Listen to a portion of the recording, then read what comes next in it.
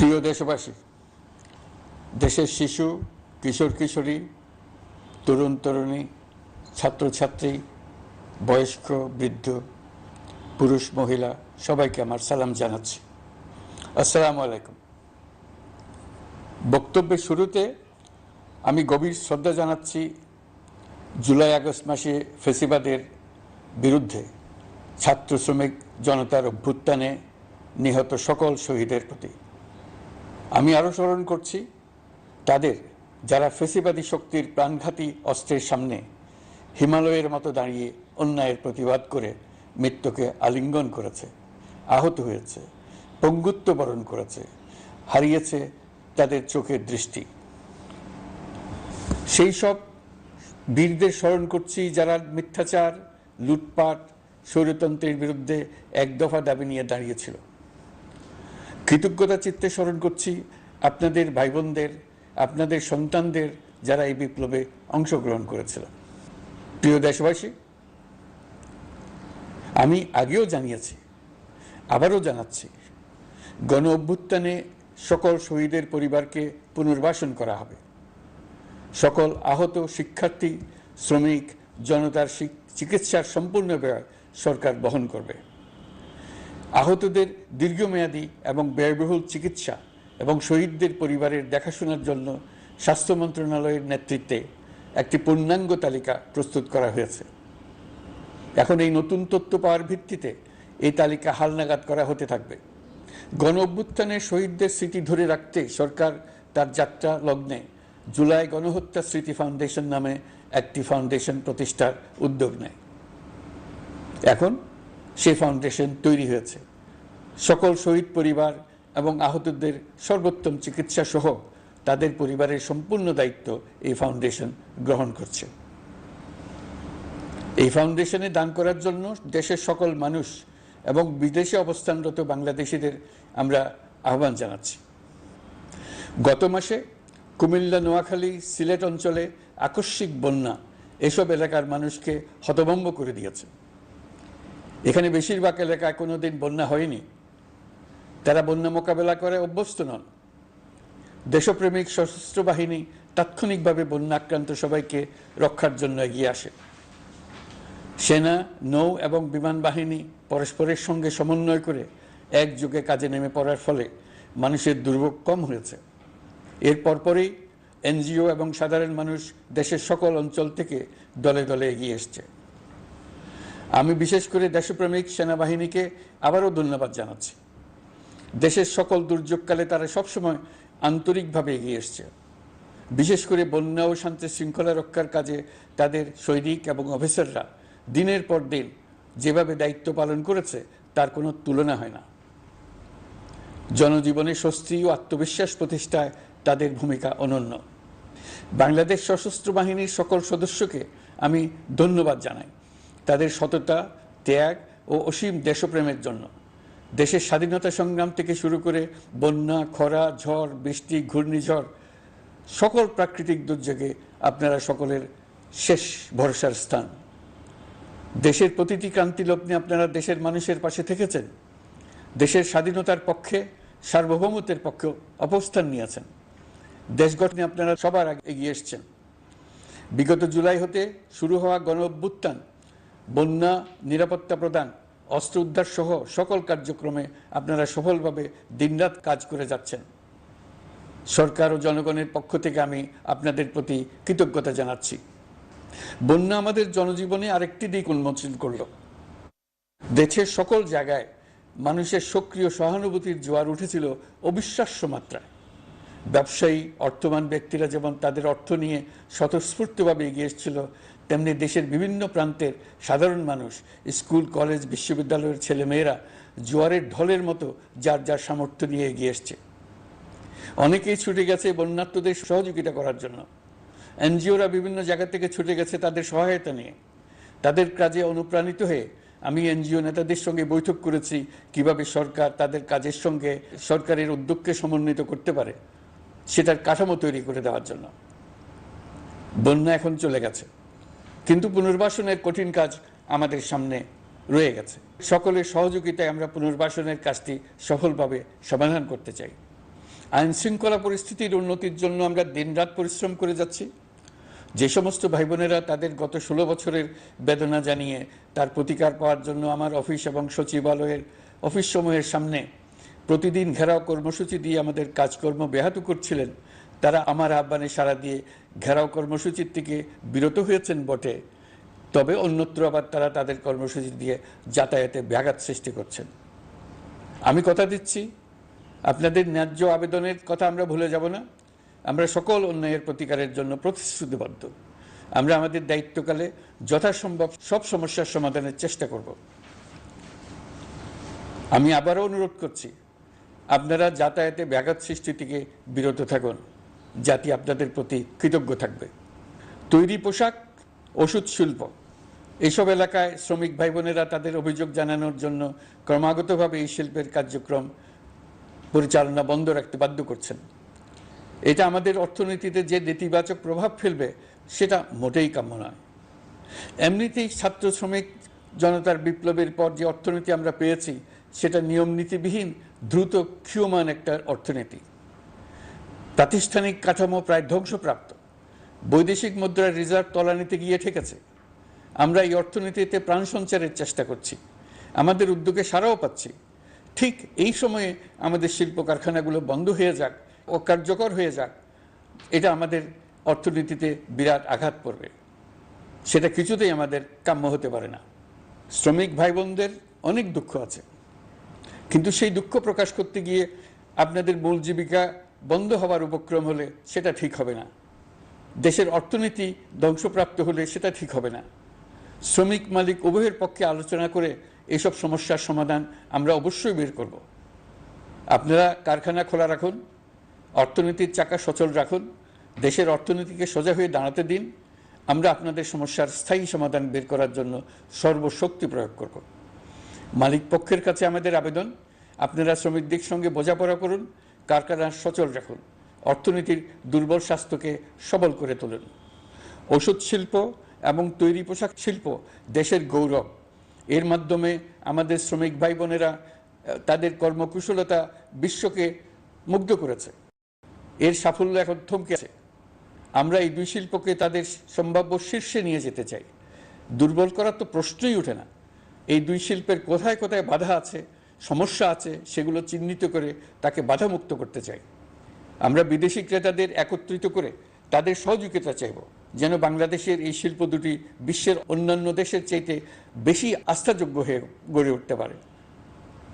সব কিছুই সম্ভব যদি আমরা শ্রমিক মালিক সম্পর্কটা একটা নির্ভরযোগ্য, আনন্দদায়ক করে গড়ে তুলতে পারি। আমাদের সরকারের প্রথম মাস কাটল, দ্বিতীয় মাস থেকে আমরা নতুন বাংলাদেশ গড়ার ভিত্তি হিসেবে নতুন শ্রমিক মালিক সম্পর্কের সূচনা করতে চাই। এটা দেশের সবার কাম্য। দেশের নতুন প্রজন্ম নির্ভয়ে যেন তাদের ভবিষ্যৎ নিয়ে এগিয়ে যেতে পারে, আমরা সেই লক্ষ্যে কাজ করছি। আমাদের দায়িত্ব অনেক। ন্যায়ভিত্তিক একটা সমাজ গড়ে তোলার জন্য একসাথে অনেকগুলো কাজ আমাদের হাত দিতে হবে। 1 জুলাই থেকে 5 আগস্ট পর্যন্ত ছাত্র জনতার গণ আন্দোলনকে দমন করতে যেসব ফৌজদারি মামলা দায়ের করা হয়েছিল, এর মধ্যে হত্যা মামলা ছাড়া বাকি প্রায় সকল মামলা প্রত্যাহার করা হয়েছে। এইসব মামলায় গ্রেফতারকৃত সকলে মুক্তি পেয়েছে। দায়িত্ব গ্রহণের শুরুতেই অন্তর্বর্তীকালীন সরকার বিচার বিভাগের বড় সংস্কারের কাজে হাত দিয়েছে। যোগ্যতম ব্যক্তিকে প্রধান বিচারপতি নিয়োগ দেওয়াতে মানুষের মনে নতুন আশার সঞ্চার হয়েছে। আপিল বিভাগের বিচারপতি নিয়োগ, অ্যাটর্নি জেনারেল নিয়োগ এবং অন্যান্য নিয়োগগুলি অতি গুরুত্বপূর্ণ নিয়োগ, যেগুলো সবকটাই সম্পন্ন হয়েছে। সন্ত্রাস দমন আইন ও ডিজিটাল সাইবার নিরাপত্তা আইনে দায়েরকৃত মিথ্যা হয়রানিমূলক মামলাগুলো প্রত্যাহার করা হচ্ছে। সাইবার নিরাপত্তা আইন সহ বাংলাদেশে বিদ্যমান সকল কালো আইনের তালিকা করা হয়েছে। অতি সত্বর এই সকল কালো আইন বাতিল ও প্রযোজ্য ক্ষেত্রে সংশোধন করা হবে। সাংবাদিক সাগর রনি হত্যাকাণ্ড সহ বহুল আলোচিত 5টি হত্যাকাণ্ডের তদন্ত ও বিচার অগ্রাধিকার ভিত্তিতে ও দ্রুততম সময়ে নিষ্পত্তির জন্য সহায়তা প্রদান করা হচ্ছে। সম্প্রতি আমরা বলপূর্বক গুম থেকে সকল ব্যক্তির সুরক্ষার জন্য আন্তর্জাতিক কনভেনশনের সনদে স্বাক্ষর করেছি। ফলে স্বৈরাচার দ্বারা প্রতিষ্ঠিত গুম সংস্কৃতির সমাপ্তি ঘটানোর জন্য আন্তর্জাতিকভাবে আমরা প্রতিজ্ঞাবদ্ধ হলাম। এছাড়া আমরা ফেসিবাদ শাসনের 15 বছরে গুমের প্রতিটি ঘটনা তদন্ত করার জন্য পৃথক একটা কমিশন গঠন করছি। যেসব পরিবার তাদের নিখোঁজ পিতা, স্বামী, পুত্র এবং ভাইদের পাওয়ার জন্য বছরের পর বছর যন্ত্রণার সাথে অপেক্ষা করছেন, আমরা আপনাদের বেদনায় সমব্যথী। আয়নাঘরগুলো বন্ধ করে দেওয়া হয়েছে এবং সেই সাথে বের হয়ে আসছে ফ্যাসিস্ট হাসিনা সরকারের গুমের শিকার ভাই বোনদের কষ্ট ও যন্ত্রণা গাথা। আমাদের তরুণ প্রজন্মের ভবিষ্যৎ যেন উজ্জ্বল হয়, সেটা নিশ্চিত করতে শিক্ষা ব্যবস্থার দিকে আমাদের পূর্ণ নজর রয়েছে। ইতিমধ্যে প্রথম শ্রেণী থেকে দ্বাদশ শ্রেণী পর্যন্ত বর্তমানের ত্রুটিপূর্ণ শিক্ষা পরিবর্তন করা হয়েছে। সংশোধন ও পরিমার্জনের কাজ শেষ পর্যায়ে আছে। এই সংস্কারের কাজ অব্যাহত থাকবে। বিশ্ববিদ্যালয় সমূহের উচ্চ প্রশাসনিক পদগুলো পূরণ করে শিক্ষা কার্যক্রম স্বাভাবিক করার কাজ দ্রুত গতিতে এগিয়ে চলেছে। বেসরকারি শিক্ষা প্রতিষ্ঠানগুলোর পরিচালনা বোর্ডে দখলদারিত্বের রাজনীতি বন্ধ করার ব্যবস্থাও নেওয়া হয়েছে। আপনারা নিশ্চয় লক্ষ্য করেছেন, আমাদের প্রথম মাসে দেশের প্রায় সকল বিশ্ববিদ্যালয়ের উপাচার্য এবং উপাচার্য মহোদয়গণ পদত্যাগ করেছেন। উচ্চশিক্ষার ক্ষেত্রে এটা বিরাট শূন্যতার সৃষ্টি করেছে। প্রথম মাসে আমরা ক্রমাগতভাবে প্রতিটি বিশ্ববিদ্যালয়ে সবার কাছে গ্রহণযোগ্য এমন উপাচার্য এবং উপাচার্য নিয়োগ দেওয়ার কাজ শুরু করেছে। এর ফলে সকল সরকারি এবং বেসরকারি বিশ্ববিদ্যালয়গুলোতে নতুন উদ্যমে কাজ শুরু করার পরিবেশ সৃষ্টি হয়েছে। সংবাদ মাধ্যম ও মত প্রকাশের পূর্ণ স্বাধীনতা ইতিমধ্যে নিশ্চিত করা হয়েছে। আমরা সবাইকে বলে দিয়েছি, আপনারা মন খুলে আমাদের সমালোচনা করুন, আমরা সবার মতামতের প্রতি শ্রদ্ধাশীল। মিডিয়া যাতে কোনো রকম বাধা বিপত্তি ছাড়া নির্বিঘ্নে তাদের কাজ করতে পারে, সেজন্য একটা মিডিয়া কমিশন গঠন করা সরকারের সক্রিয় বিবেচনাধীন। আরও যেসব কমিশন সরকার সহ অন্য সবাইকে জবাবদিহিতার আওতায় আনতে পারে, আমরা তাদের পুনর্গঠন ও সংস্কারের উদ্যোগ নিয়েছি, যাতে তারা আরও শক্তিশালী হয়, জনকল্যাণে কাজ করে। দায়িত্ব গ্রহণের পর বিভিন্ন দেশের সরকার প্রধান টেলিফোনে এবং শুভেচ্ছা বার্তা পাঠিয়ে আমাকে অভিনন্দন জানিয়েছেন। বিভিন্ন দেশের রাষ্ট্রদূত এবং হাই কমিশনার বৃন্দ আমার সাথে সাক্ষাৎ করে দ্বিপাক্ষিক সহযোগিতা বৃদ্ধির আশ্বাস দিয়েছেন। আমার অনুরোধে সংযুক্ত আরব আমিরাতের 57 জন বাংলাদেশি যারা ফেসিবাদ বিরোধী বিক্ষোভে অংশগ্রহণ করা বিভিন্ন মেয়াদে কারাদণ্ডে দণ্ডিত হয়েছিলেন, তাদের সাধারণ ক্ষমা ঘোষণা করেছেন সে দেশের সরকার। ইতিমধ্যে তাদের কয়েকজন দেশে ফিরে এসেছেন। এই ক্ষমা প্রদর্শন ছিল অতি বিরল একটি ঘটনা। এই জন্য আমি সংযুক্ত আরব আমিরাতের রাষ্ট্রপতি শেখ মোহাম্মদ বিন জায়েদ আল নাহিয়ানকে ধন্যবাদ ও কৃতজ্ঞতা জানিয়েছি আপনাদের সবার পক্ষ থেকে। যে সমস্ত সরকার প্রধানের সঙ্গে আমার টেলিফোনে যোগাযোগ হয়েছে, তাদের মধ্যে রয়েছেন ভারতের প্রধানমন্ত্রী নরেন্দ্র মোদী, পাকিস্তানের প্রধানমন্ত্রী শাহবাজ শরীফ।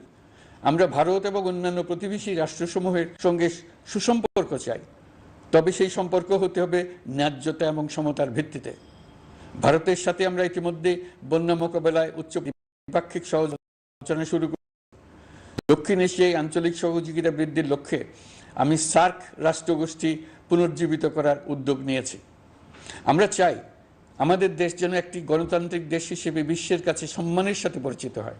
দেশের পরিকল্পনা যেন দেশের মানুষ কেন্দ্রিক হয়, কোনো নেতা বা দল কেন্দ্রিক না হয়।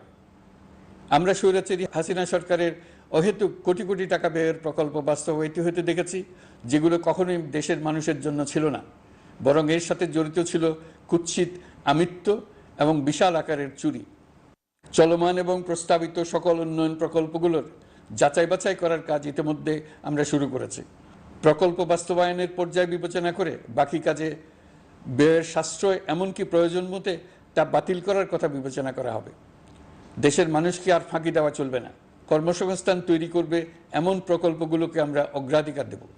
লুটপাট ও পাচার হয়ে যাওয়া অর্থ ফিরিয়ে আনার উদ্যোগ আমরা নিয়েছি। আর্থিক খাতে শৃঙ্খলা ফিরিয়ে আনতে একটা ব্যাংকিং কমিশনও গঠন করার উদ্যোগ নেওয়া হয়েছে। বিভিন্ন ব্যাংকের পরিচালনা পরিষদ পুনর্গঠন করা হয়েছে। ব্যাংকিং খাতে এই এক মাসে বিরাট পরিবর্তন এসেছে, আপনারা নিশ্চয়ই সেটা লক্ষ্য করেছেন। আমরা এই খাতে নিয়ম নীতি প্রতিষ্ঠা করতে পেরেছি। আরও অনেক কাজ বাকি রয়ে গেছে। প্রথম মাসের কাজ হিসেবে শুধু প্রধান কাজগুলো করেছে, তার সঙ্গে রয়েছে আরও অনেক পরবর্তী কাজ। ফেসিবাদী সরকার লুটপাট করার জন্য নতুন করে 60,000 কোটি টাকা ছাপিয়ে বাজারে ছাড়ার কারণে মুদ্রাস্ফীতির শিকার হয়েছে দেশের মানুষ। এই অতুলনীয় মুদ্রাস্ফীতি নিয়ন্ত্রণ অন্তর্বর্তী সরকারের অন্যতম প্রধান লক্ষ্য। মুদ্রাস্ফীতি নিয়ন্ত্রণের লক্ষ্যে পলিসি সুদের হার বৃদ্ধি করে 9% উন্নীত করা হয়েছে। মূল্যস্ফীতি থেকে সাধারণ মানুষকে সুরক্ষা দেওয়ার উদ্দেশ্যে ওএমএস খাদ্য বান্ধব কর্মসূচি সহ সুলভ মূল্যে প্রান্তিক মানুষের কাছে নিত্য প্রয়োজনীয় দ্রব্য সরবরাহ চলমান রাখা হয়েছে। মূল্যস্ফীতি মোকাবেলায় চলতি অর্থ বছরে চাল ও গম আমদানির জন্য 5,800 কোটি টাকা, আভ্যন্তরীণ সংগ্রহের জন্য 8,900 কোটি টাকা এবং খাদ্য ভর্তুকির 3টি প্রোগ্রামের জন্য 7,360 কোটি টাকা বরাদ্দ রাখা হয়েছে। বিভিন্ন স্টেক হোল্ডারের সাথে সভা করে মূল্যস্ফীতি নিয়ন্ত্রণের করণীয় সমূহ চিহ্নিত করা হয়েছে।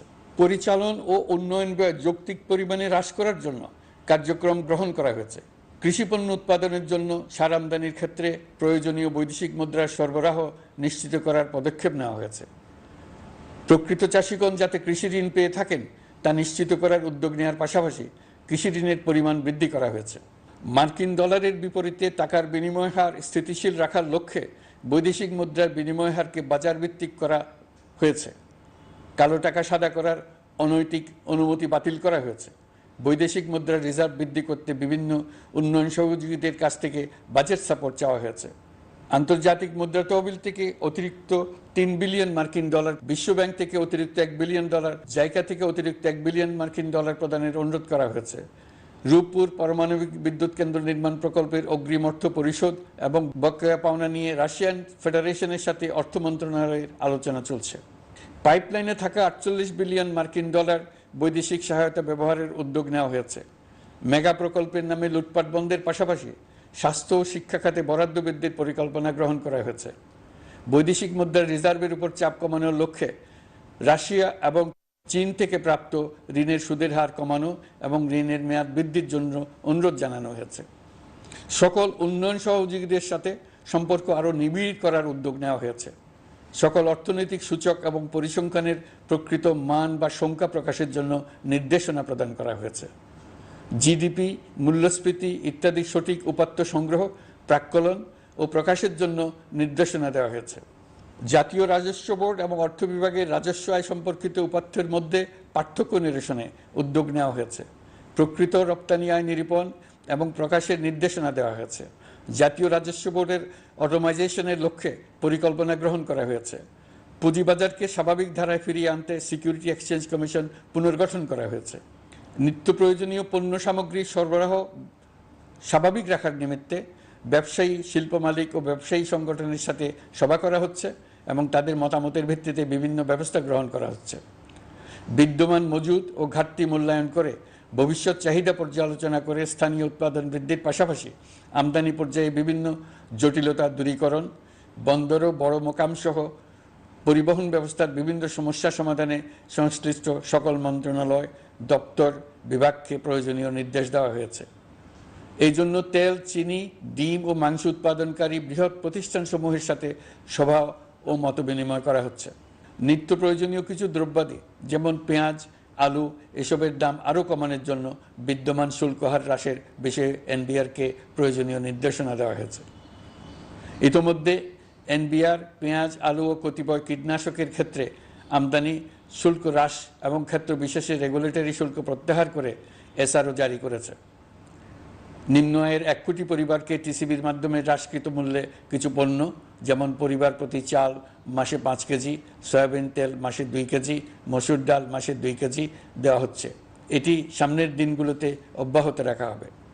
সরকার দায়িত্ব গ্রহণের পর জনপ্রত্যাশা অনুযায়ী বিদ্যুৎ, জ্বালানি ও খনিজ সম্পদ মন্ত্রণালয় হতে বিদ্যুৎ ও জ্বালানির দ্রুত সরবরাহ বৃদ্ধি আইনের অধীনে চলমান সকল প্রকার নেগোসিয়েশন, প্রকল্প বাছাই এবং ক্রয় প্রক্রিয়াকরণ কার্যক্রম আপাতত স্থগিত করা হয়েছে।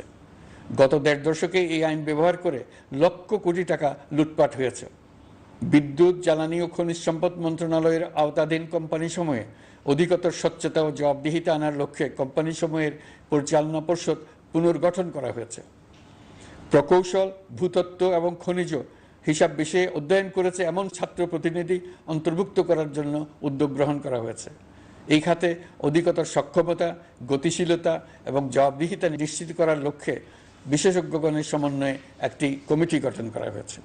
জ্বালানি তেলের মূল্য জনপ্রত্যাশা অনুযায়ী সহনশীল রাখতে অকটেন ও পেট্রোলের দাম ৬ টাকা, ডিজেল ও কেরোসিনের দাম ১ টাকা ২৫ পয়সা কমানো হয়েছে।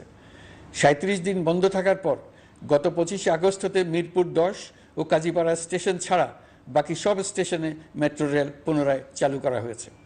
ভুয়া মুক্তিযোদ্ধাদের চিহ্নিত করার লক্ষ্যে বিশেষ করে মুক্তিযুদ্ধের সময় যাদের বয়স ১২.৫ বছরের কম ছিল তাদের মুক্তিযুদ্ধ তালিকা হতে বাতিলের জন্য সুপ্রিম কোর্টে লিভ টু আপিলের পদক্ষেপ গ্রহণ করা হয়েছে। মুক্তিযোদ্ধা কল্যাণ ট্রাস্টের আওতাধীন বেদখলকৃত স্থাবর সম্পত্তি উদ্ধারে প্রয়োজনীয় ব্যবস্থা গ্রহণ করা হয়েছে। গৃহায়ন ও গণপূর্ত মন্ত্রণালয় কর্তৃক গৃহীত বরিশাল, রংপুর, ময়মনসিংহ উন্নয়ন কর্তৃপক্ষ আইন এর খসড়া তৈরির কার্যক্রম নেওয়া হয়েছে। পূর্বাচল নতুন শহর প্রকল্প, ঢাকার আশেপাশে স্যাটেলাইট সিটি নির্মাণের রোডম্যাপ চূড়ান্তকরণের উদ্যোগ নেওয়া হয়েছে। বিধি বহির্ভূত প্রদত্ত প্লট ও ফ্ল্যাটের বরাদ্দ বাতিলের উদ্যোগ নেওয়া হয়েছে। প্রিয় দেশবাসী, আপনাদের আমাদের সন্তানদের জন্য একটি গণতান্ত্রিক বাংলাদেশের রূপরেখা তৈরি করতে আমরা দৃঢ় প্রতিজ্ঞ। আর যেন আমাদের কোনো স্বৈরাচারের হাতে পড়তে না হয়। আমরা যাতে বলতে পারি আমরা একটি গণতান্ত্রিক দেশে বসবাস করি, আমরা যাতে সকলেই দাবি করতে পারি যে এই দেশটি আমাদের, আমরা সেই লক্ষ্যেই কাজ করছি। কেউ আইন নিজের হাতে তুলে নেবেন না। আইন নিজের হাতে তুলে নিয়ে কেউ সমাজে বিশৃঙ্খল পরিবেশ সৃষ্টি করলে আমরা তাকে অবশ্যই শাস্তির আওতায় নিয়ে আসব। আমরা একটি সাম্প্রদায়িক সম্প্রীতির দেশ। ধর্মীয় সম্প্রীতি বিনষ্ট হয় এমন কোনো কাজ কেউ কোনোভাবেই করবেন না।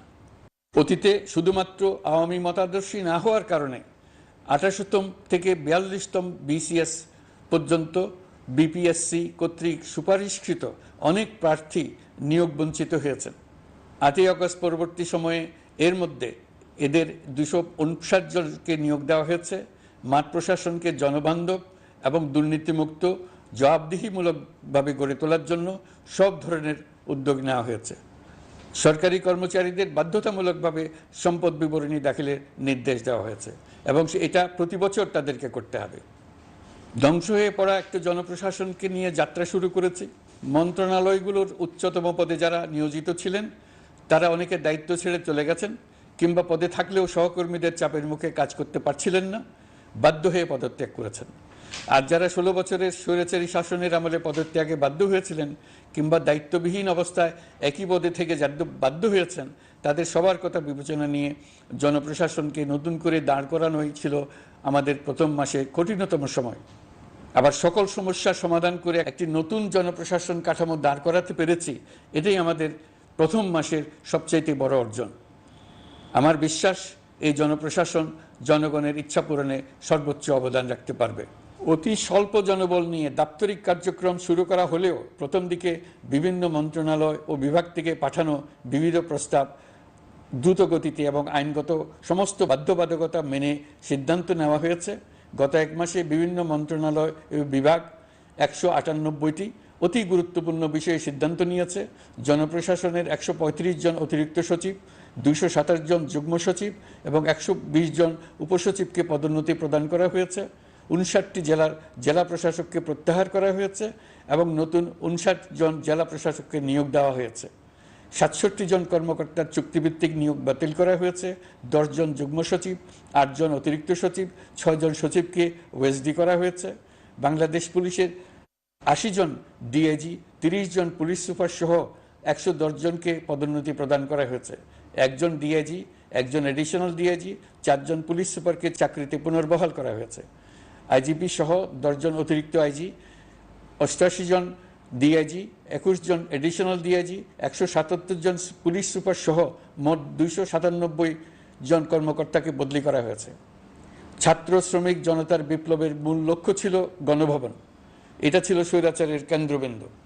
এই সরকার বিপ্লবের প্রতি সম্মান দেখিয়ে গণভবনকে বিপ্লবের জাদুঘর হিসেবে ঘোষণা দিয়েছে। ছাত্র জনতার ক্ষোভকে স্থায়ীভাবে তুলে ধরার জন্য গণভবনের আর কোনো সংস্কার করা হবে না। ছাত্র জনতার ক্ষোভের মুখে তা যে অবস্থায় দাঁড়িয়েছিল সেই অবস্থায় তাকে রাখা হবে। যেসব মূল্যবান সামগ্রী জনতা নিয়ে গিয়েছিল সেগুলো অনেক ফেরত দিয়ে গেছেন। যারা নিয়ে গিয়েছেন তারা নিজেরাই ফেরত দিয়ে গেছেন। তাদের আমরা দেশবাসীর পক্ষ থেকে ধন্যবাদ জানাচ্ছি। আরও কিছু জিনিস পাওয়া যায়নি। যারা নিয়ে গেছেন তাদের কাছে আমাদের অনুরোধ থাকবে তারা যেন এইসব সামগ্রী ফেরত দিয়ে যান। আমরা উল্লেখ করব এইসব বিক্ষুব্ধ জনতা নিয়ে গিয়েছিল, কিন্তু বিজয়ের পর তারা আবার জাদুঘরে প্রতি সম্মান দেখিয়ে এগুলো ফেরত দিয়ে গিয়েছেন। আমরা নতুন বাংলাদেশকে একটা পরিবেশ বান্ধব এবং জীববৈচিত্র্যময় দেশ হিসেবে গড়ে তোলার উদ্যোগ নিয়েছি। এটি তরুণদের আকাঙ্ক্ষা, আমাদের সবারই আকাঙ্ক্ষা। সেই লক্ষ্যে আমি প্রথমেই একটি ক্ষুদ্র পদক্ষেপ নিয়েছি। আমার বাসভবন এবং সমগ্র সচিবালয়ে প্লাস্টিকের পানির বোতল ব্যবহার নিষিদ্ধ করেছে। ইতিমধ্যে সুপার শপগুলোতে পলিথিনের শপিং ব্যাগ ব্যবহার বন্ধ করার উদ্যোগ নেওয়া হয়েছে। গত কয়েক দশকে যে পরিমাণ নদী দূষণ হয়েছে, আমরা তা বন্ধ করার উদ্যোগ নিয়েছি। আমরা সংস্কার চাই। আমাদের একান্ত অনুরোধ, আমাদের উপর যে সংস্কারের গুরু দায়িত্ব দিয়েছেন, সেই দায়িত্ব দিয়ে আপনারা দর্শকের গ্যালারিতে চলে যাবেন না। আপনারা আমাদের সঙ্গে থাকুন, আমরা একসঙ্গে সংস্কার করব।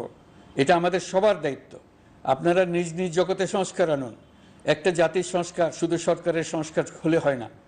আপনি ব্যবসায়ী হলে আপনার ব্যবসায় সংস্কার আনুন। ব্যবসায়ী গোষ্ঠীরা তাদের নিজ নিজ সমিতির মাধ্যমে সংস্কার আনুন।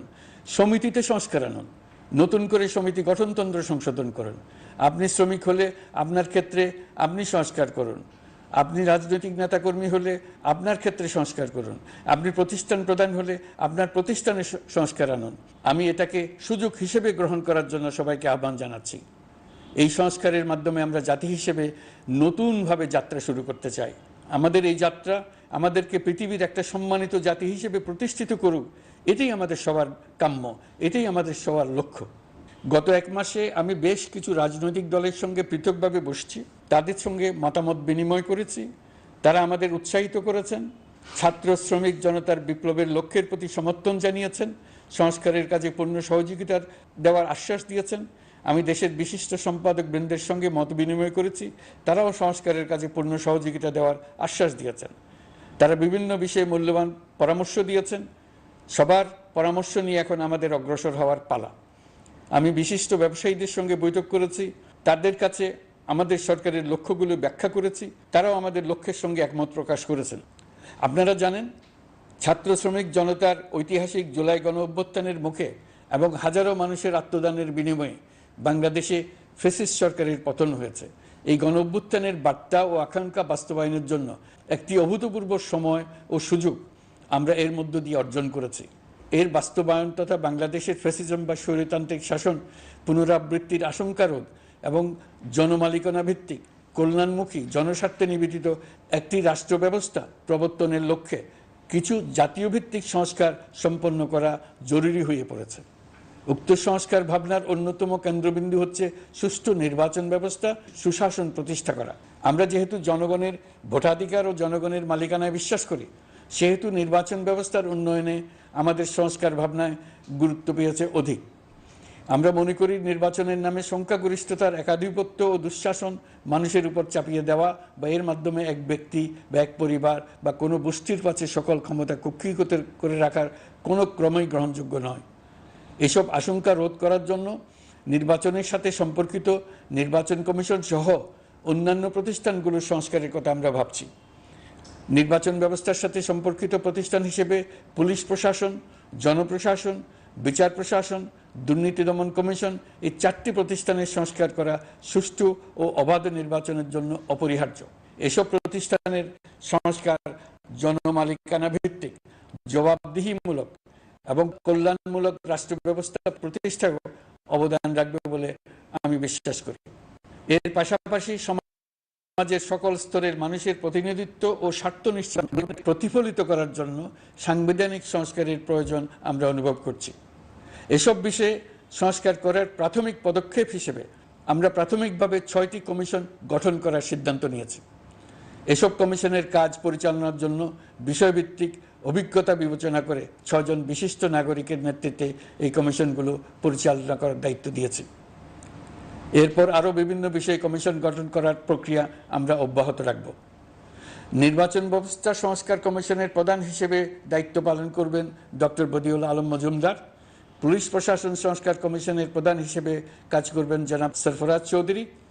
বিচার বিভাগ সংস্কার কমিশনের প্রধান হিসেবে দায়িত্ব পালন করবেন বিচারপতি শাহ আবু নাঈম মমিনুর রহমান। দুর্নীতি দমন সংস্কার কমিশনের প্রধান হিসেবে দায়িত্ব পালন করবেন ডক্টর ইফতেখারুজ্জামান। জনপ্রশাসন সংস্কার কমিশনের প্রধান হিসেবে দায়িত্ব পালন করবেন জনাব আব্দুল মুহিত চৌধুরী। সংবিধান সংস্কার কমিশনের প্রধান হিসেবে দায়িত্ব পালন করবেন ডক্টর শাহদিন মালিক। এসব কমিশনের অন্য সদস্যদের নাম কমিশন প্রধানদের সাথে আলোচনা করে ঠিক করা হবে। কমিশনগুলোর আলোচনা ও পরামর্শ সভায় উপদেষ্টা পরিষদের সদস্য, ছাত্র, শ্রমিক জনতা আন্দোলনের প্রতিনিধি, নাগরিক সমাজ ও রাজনৈতিক দলের প্রতিনিধিরা উপস্থিত থাকবেন। পূর্ণাঙ্গভাবে গঠিত হওয়ার পর কমিশন আনুষ্ঠানিকভাবে তাদের কাজ আগামী 1 অক্টোবর থেকে শুরু করতে পারবে বলে আমি আশা করছি, এবং এটি পরবর্তী 3 মাসের মধ্যে সম্পন্ন হবে বলে আমরা ধারণা করছি। কমিশনের রিপোর্টের ভিত্তিতে সরকার পরবর্তী পর্যায়ে প্রধান রাজনৈতিক দলগুলোর সাথে পরামর্শ সভার আয়োজন করবে। চূড়ান্ত পর্যায়ে ছাত্র সমাজ, নাগরিক সমাজ, রাজনৈতিক দলের প্রতিনিধি, সরকারের প্রতিনিধি নিয়ে ব্যাপক ভিত্তিক 3 থেকে 7 দিন ব্যাপী একটি পরামর্শ সভার ভিত্তিতে সংস্কার ভাবনার রূপরেখা চূড়ান্ত করা হবে। এতে এই রূপরেখা কিভাবে বাস্তবায়ন হবে তার একটি ধারণাও দেওয়া হবে। এই আয়োজন জুলাই গণঅভ্যুত্থানের বার্তা বাস্তবায়ন ও রাষ্ট্র পুনর্নির্মাণ তাগিদের ঐক্যবন্ধনে গোটা জাতিকে শক্তিশালী ও আশাবাদী করে তুলবে বলে আমাদের বিশ্বাস। প্রিয় দেশবাসী, আমাদের সামনে অনেক কাজ, সবাই মিলে একই লক্ষ্যে আমরা অগ্রসর হতে চাই। আমাদের মধ্যে, বিশেষ করে আমাদের নতুন প্রজন্মের মধ্যে যে সুপ্ত প্রতিভা লুকিয়ে আছে, সেটা যেন বিনা বাধায় রাষ্ট্রের এবং সমাজের সহযোগিতায় প্রকাশ করতে পারি, সেই সুযোগের কাঠামো তৈরি করতে চাই। সকলে মিলে আমাদের পরিবারের প্রতিটি সদস্যকে, সে ঝাড়ুদার হোক, ছাত্র হোক, শিক্ষক হোক, যে কোনো ধর্মের হোক, সবার সমান অধিকার নিশ্চিত করতে চাই। এই হলো আমাদের সংস্কারের মূল লক্ষ্য। আসুন ছাত্র, শ্রমিক জনতার এই বিপ্লবের লক্ষ্যকে আমরা দ্রুত বাস্তবায়ন করি।